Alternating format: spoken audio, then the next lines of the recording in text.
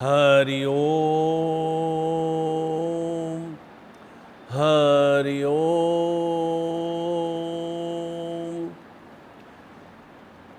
हरि ओम। मनुष्य जीवन में अधिकांश समय असीम वेदनाओं से, कष्ट पीड़ाओं से, अंधकारमय स्थितियों से, दुखपूर्ण क्रियाओं से और दैन्यता, दीनता और मृत्यु रूपी विषम स्थितियां निरंतर बनी रहती हैं। ऐसी अवस्था में आवश्यक है कि वह व्यक्ति दृढ़ता, धैर्य और सुविचारों से युक्त होते हुए, अर्थात दृढ़ता का तात्पर्य कि जीवन में संघर्ष करके ही, कर्म करके ही इन अंधकार, दुख, दैन्यता, मृत्यु रूपी कुस्थितियों से मैं निवृत्ति प्राप्त कर सकूं। वह एक दृढ़ संकल्प का भाव हो और साथ ही साथ श्रेष्ठ विचार हों कि उन विचारों के माध्यम से मैं इसमें जीवन में पूर्ण रूपेण सफलता प्राप्त कर सकता हूँ। तब ही जीवन में प्रकाशमय, आनंद, सुख, संपन्नता युक्त सुस्थितियों का विस्तार होता है। पूर्णिमा का पर्व ऐसा ही चंद्र ज्योतिषना का महापर्व है और विशेष रूप से यह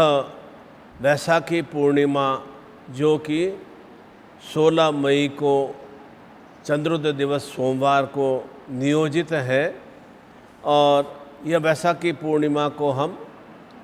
बुद्ध पूर्णिमा भी कहते हैं। भगवान गौतम बुद्ध का अभ्युदय पर्व और उन्हें ज्ञान चेतना का दिवस भी यही वैशाखी पूर्णिमा था। और साथ ही साथ विशेष रूप से महाप्रयाण का 80 वर्ष की पूर्ण आयु संपन्न करने के बाद महाप्रयाण भी वैशाखी पूर्णिमा को ही हुआ था, अर्थात उनका जन्मोत्सव पर्व भी वैशाखी पूर्णिमा में, और बुद्धित्व की प्राप्ति, ज्ञान की प्राप्ति का पर्व भी बुद्ध पूर्णिमा, और महाप्रयाण का दिवस भी बुद्ध पूर्णिमा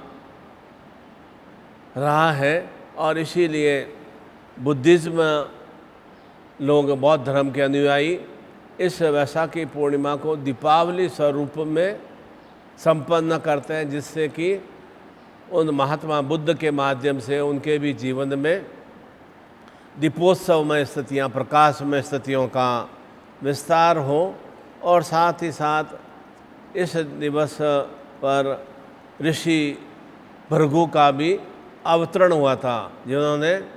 भृगु संहिता की रचना की, और साथ ही साथ अनेक महाकाव्यों का भी उन्होंने रचित किया। और इसका दिवस भी, ऋषि भृगु का जयंती दिवस भी इसी वैशाखी पूर्णिमा को संपन्न करते हैं। और इसी वैशाखी पूर्णिमा पर इस वर्ष का प्रथम चंद्र ग्रहण महापर्व संपन्न होगा, और इस चंद्र ग्रहण महापर्व पर पूर्ण रूपेण साधनात्मक स्वरूप में ग्रहण काल तो प्रातः 8:59 से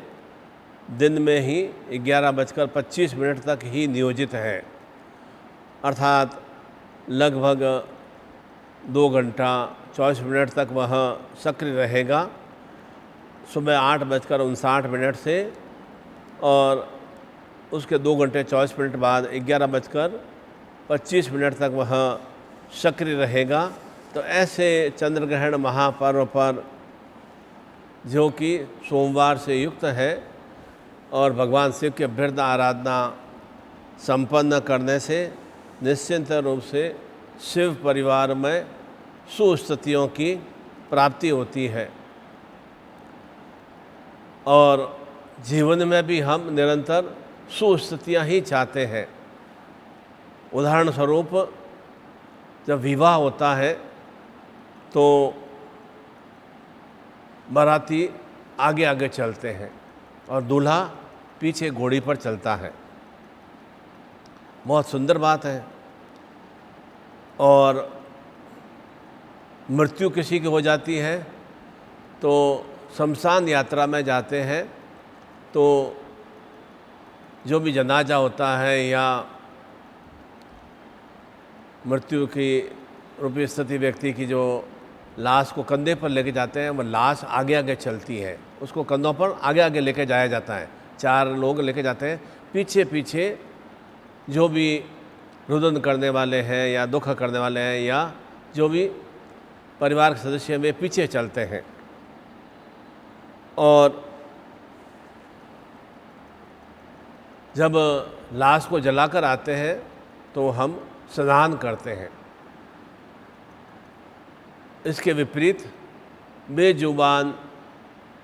पशु पक्षियों को मारकर हम खाते हैं, उस समय हम स्नान नहीं करते। तात्पर्य कहने का यह कि जब खुशी खुशी हो तब हम आगे रहते हैं और जब दुख पीड़ा वेदना हो तो हम पीछे रहते हैं। बारात में हम आगे आगे चलते हैं, पीछे दूल्हा चलता है। मृत्यु किसी हो जाती है तो लाश को आगे आगे लेकर जाया जाता है और पीछे उन्हें अग्नि को समर्पित करने वाले पीछे पीछे चलते हैं। और दाह संस्कार करने के बाद स्नान करते हैं। परंतु बेजुबान किसी भी जानवर को या पक्षी को मारकर खाते हैं, वह हम बहुत ही आनंद और चाव से खाते हैं। उस समय कोई भी स्नान की क्रिया नहीं की जाती है। यानी मोमबत्ती जलाकर हम जो भी मृत्यु से युक्त हो जाता है या जिसकी भी परिवार मृत्यु हो जाती है तो उसका हम स्मरण करते हैं मोमबत्ती जलाकर, और वही मोमबत्ती जलाकर हम उसे बुझाकर हैप्पी बर्थडे संपन्न करते हैं। कितनी विचित्रता की बात है कि एक मोमबत्ती जलाई जाती है कि मैं अपने जो भी मेरे पूर्वज हैं या जो अजीज हैं उनका मैं स्मरण कर रहा हूँ, और वही मोमबत्ती जलाकर उसे बुझाकर हम बर्थडे संपन्न करते हैं, केक काटते हैं। और विशेष बात यह है कि सही अर्थों में गुरु वही है जो नमक की तरह कड़वा ज्ञान दे, और वही सच्चा मित्र होता है। वह हमें बता देता है कि वास्तव में तुम्हारी स्थिति क्या है और इस कुस्थितियों का निवारण तुम्हें किस तरह से करना है। वह सत्य सत्य बताता है, और जो सत्य ज्ञान देता है वही सच्चा गुरु होता है। भले ही कुछ समय के लिए सामने वाले को वह कड़वा लगता है या कटु लगता है। इसीलिए कहा जाता है कि नमक के अंदर कीड़े नहीं पड़ते। कहीं भी नमक आपके साल 2 साल में पड़ा रहेगा, उसमें कीड़े नहीं पड़ेंगे, जबकि शक्कर कहीं भी रहेगी तो उसमें चींटी आ जाती है या मिठाई में जल्दी ही कीड़े पड़ जाते हैं। अर्थात जो भी मिठासपूर्ण या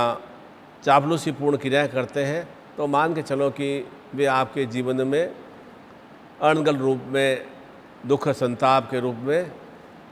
कीड़ों का ही विस्तार कर रहे हैं। इसलिए निरंतर निरंतर जो भी सत्यमय स्थितियाँ हो, सत्य हमेशा शाश्वत रहता है। सत्यमय स्थितियाँ हो, भले वह कुछ समय के लिए हमें बहुत ही कटुपूर्ण लगे, कड़वाहटपूर्ण लगे, परंतु सत्य हमेशा शाश्वत बना रहता है। और जो चापलूसीपूर्ण या अणगलपूर्ण क्रियाएँ करते हैं वे लंबे समय तक स्थायी नहीं रहती और निश्चित रूप से उससे हमारी अणगल हानि ही होती है। इसलिए इस विशेष चंद्र ग्रहण युक्त वैशाखी पूर्णिमा महापर्व पर ग्रह शांति के लिए, अर्थात घर में कलहपूर्ण स्थितियाँ हो, पति पत्नी में तनावपूर्ण स्थितियाँ हो या संतान आज्ञाकारी नहीं हो, तो उसके लिए आवश्यक है कि ग्रह शांति का पाठ किया जाए और षोडशोपचार पूजन संपन्न किया जाए, जिसमें पुष्प और जो भी पंचामृत, बेलपत्र, जैसा जैसा आपके पास सुविधा हो उस सुविधा के अनुसार वस्त्र के माध्यम से वह पूजन संपन्न करें और पंचोपचार पूजन भी संपन्न किया जा सकता है। और साथ ही साथ जो भी इस पूजन के द्वारा विशेष रूप से अविरल रूप से केवल 10 मिनट तक ओम श्रौम श्रीम श्रौम सह चंद्रमसे नमः, ओम श्रौम श्रीम श्रौम सह चंद्रमसे नमः, ओम श्रौम श्रीम श्रौम सह चंद्रमसे नमः, इसका 10 मिनट तक अविरल मंत्र जाप करें। अथवा ओम सौम सौमाय नमः, ओम सौम सौमाय नमः, ओम सौम सौमाय नमः, इसका इस ग्रहण काल में मंत्र जाप करने से निश्चिंत रूप से जो भी राहु की अंतर्दशा है या शनि या मंगल का दोष है या जीवन में शीतलता का अभाव है, चंद्र ज्योतिषना का अभाव है, जीवन में अशांति बनी हुई है, हर समय तनाव में स्थितियाँ रहती है, घर में कटुतापूर्ण वातावरण बना रहता है, अथवा संतान और पति पत्नी में वैचारिक मतभेद बना रहता है, या कार्य व्यापार में निरंतर नुकसान हो रहा हो, तो इस तरह से चंद्रमा को तेजमय करने के लिए, चंद्र भाव को तेजमय करने के लिए और क्रूर ग्रहों को शांत करने के लिए इस मंत्र का अवश्य जप करें। और साथ ही साथ में वह जैसे मैंने बताया कि पंचोपचार पूजन या षोडोपचार पूजन संपन्न करें और सद्गुरुदेव जी द्वारा साधना पूजा दीक्षा को आत्मसात करें, जिससे कि जो भी हमारा जीवन में कुंडली में चंद्रमा न्यून रूप में है या राहु या केतु या शनि वक्र रूप में है, तो उसके प्रभाव से जीवन में जो कुस्थितियाँ आ रही हैं वे समाप्त होती हैं। और साथ ही साथ सांध्य बेला में थोड़ा खीर का भोग भगवान को अर्पित करें। आरती प्रज्वलित करते समय खीर का भोग लगा दें और थोड़ी देर बाद खीर को प्रसाद के रूप में ग्रहण करें। और विशेष रूप से घर में तनावपूर्ण स्थितियाँ हैं, कलहपूर्ण स्थितियाँ हैं, रोगमय स्थितियाँ हैं, या धनहीनता है, या अकाल मृत्यु की स्थितियाँ बराबर बन रही है, या धन का हानि बराबर हो रहा है, तो विशेष रूप से जिस व्यक्ति के साथ भी इस तरह की कुस्थितियाँ हैं, तो उसे वर्ष में एक बार अपने स्वयं के भार के बराबर, जो व्यक्ति पीड़ा या कष्ट से युक्त है, स्वयं के भार के बराबर तेल या घी का दान अवश्य ही करना चाहिए। वह किसी योग्य पंडित को, जो कि उसका दुरुपयोग नहीं करे, अथवा किसी गुरु आश्रम में या अपने गुरु को या इष्ट को समर्पित करें, जिससे कि उस आपके भार के बराबर जो सामग्री है वह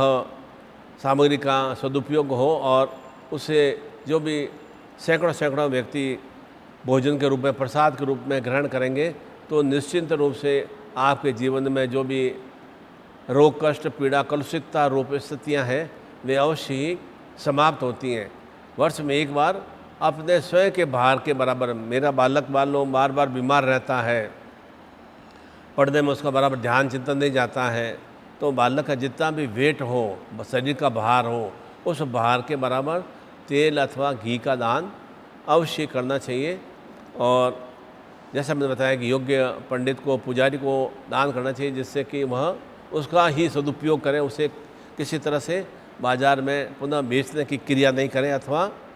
गुरु आश्रम में या गुरु को अर्पित कर सकते हैं, जिससे कि जो भी शनि राहु के दोष है या जो भी उसके जीवन में विलकता है, या संतान की प्राप्ति नहीं हो पा रही है, या पति पत्नी में कलह तनाव की स्थितियाँ हैं, तो ऐसे विशेष पर्व पर इस तरह से दान की क्रिया करने से निश्चिंत रूप से पुण्यमय स्थितियों की प्राप्ति होती है। और यह चंद्रग्रहण महापर्व विशेष रूप से बुद्ध पूर्णिमा युक्त है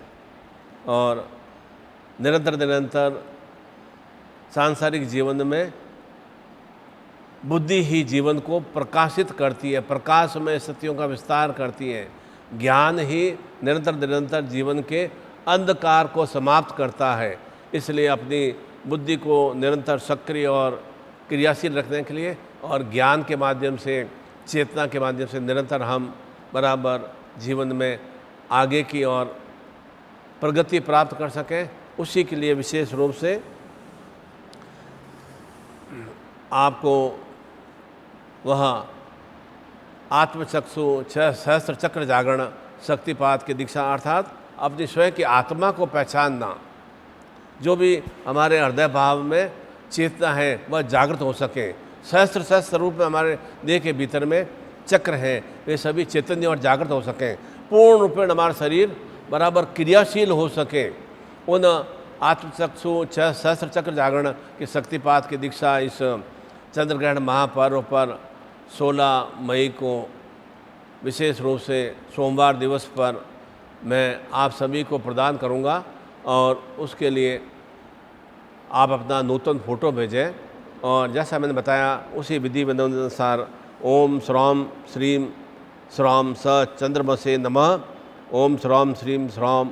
स चंद्रमसे नमः अथवा ओम सोम सोमाय नमः, ओम सोम सोमाय नमः, ओम सोम सोमाय नमः का 10 मिनट तक अविरल मंत्र जाप करें और संभव हो तो पंचोपचार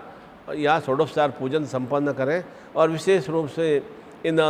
कुरुग्रहों की शांति के लिए वह शक्तिपात की दीक्षा से आप युक्त होंगे तो जीवन में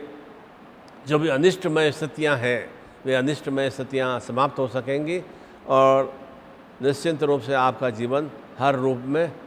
चंद्रमा की शीतलता के समान भगवान शिव के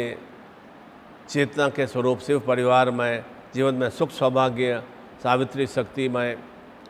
अखंड अक्षय रूप में धन लक्ष्मी और साथ ही साथ संतान सुख, कार्य व्यापार वृद्धि और दीर्घायु में जीवन की प्राप्ति हो सकेगी। और यही मैं आप सभी के लिए शुभ मंगलमय कामना करता हूं कि आपके जीवन में निरंतर निरंतर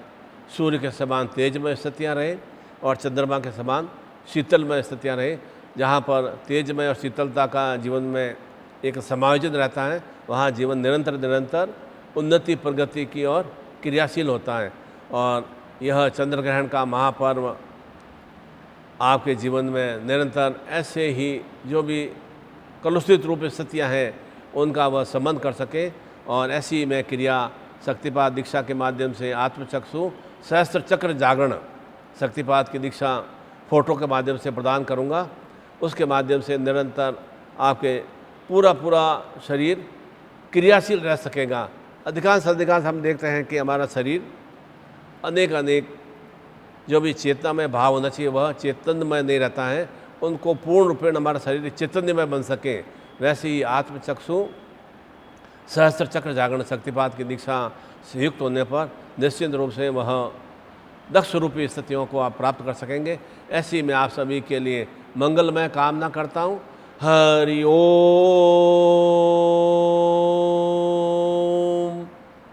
हरि ओम।